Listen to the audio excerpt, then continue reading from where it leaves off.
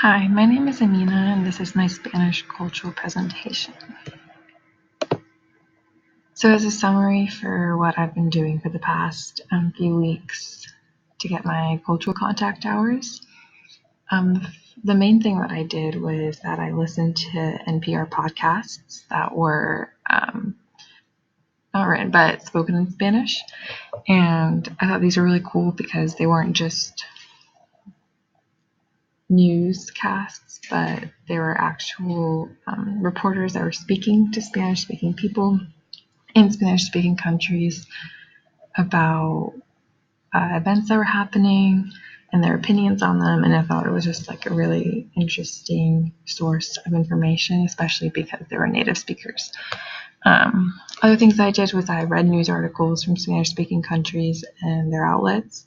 So some of them were Pulso, which is from Mexico, specifically cities called San Luis, and then Diario Información, and that was from Alicante in Spain.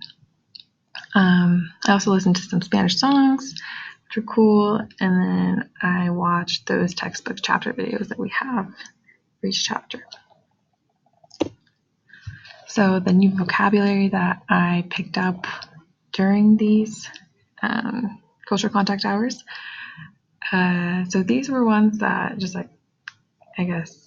stood out to me, and some that were a little bit related, some aren't, like the movie one, but the first one, dispuesto, which means willing or prepared.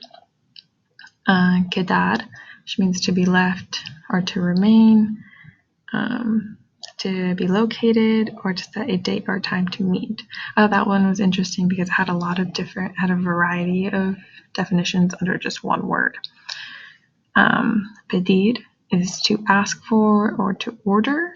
So it could either be like a law that orders something, like that you don't do something or that you abide by a law, or to beg. Encuentro means meeting or coming together. Reemplazar means to replace. Fundador means founding or establishing. So that's the adjective form of it. And there's also the noun form, which is just founder. Película means movie. And envejecer means to grow old, to age. I thought this one was interesting too because it had a secondary definition in a culinary sense. So like to mature, to age in terms of like if wine is aging or if cheese is aging. Lleno means full or filled to its capacity. And then the culture aspect. So most of what I picked up was how family-oriented the Spanish culture is. I'm not sure if this is for every single country that the Spanish-speaking country, but from the ones that I listened and read about, there was one article specifically or one podcast that I listened to from NPR, and it was about how this man who moved to the U.S., his parents were from Colombia, and he had this internal turmoil of following in their footsteps or picking his own path, and whether that would disappoint them or bring them pride.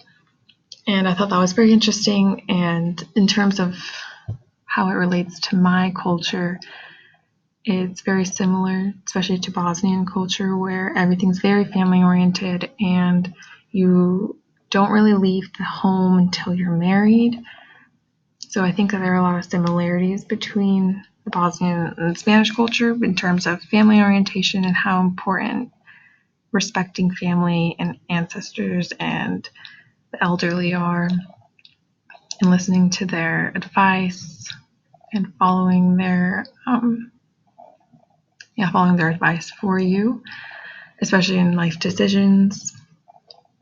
I also kind of had this, not really conflict, but I do take my parents' opinions on my decisions very seriously.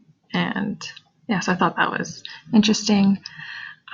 Another podcast that I listened to was about the country Ecuador, and it talked about how there's a lot of protests going on right now about the abortion rights in that country and how difficult it is to change the law that's been written. I think it was in the 1930s. It was very interesting to read about because the law was written in 1930, but it hadn't been changed at all or even spoken about since recently, 2008. And they have very strict laws against abortion unless it was a very particular case, like if a mentally disabled woman was raped or if the mother's life was in danger. And I saw similarities there because even in America and in Bosnia, both a lot of people bring their religion into their into their opinions on these kind of issues, which makes complete sense because those dictate our values and how we perceive certain things.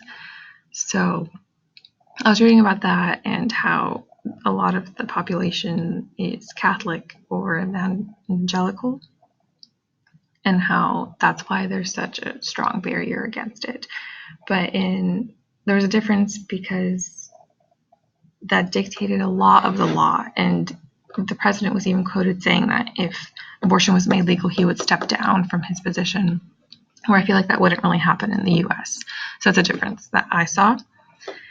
And then another article I read was about how a lot of the population, especially young population, is quote unquote addicted to Netflix. So they have that prevalence of social media that we also have in the US. So I thought those were interesting aspects, and I really enjoyed especially listening to the podcasts and listening to the native speakers, although it was very difficult to keep up with their speed. They had the NPR website that I was using had the transcript. So I was able to read through that and pick through the words I did know and then translate the ones I didn't and put together sentences. And it was very useful to see how conversation worked in the language and sentence structure. So yeah, thank you.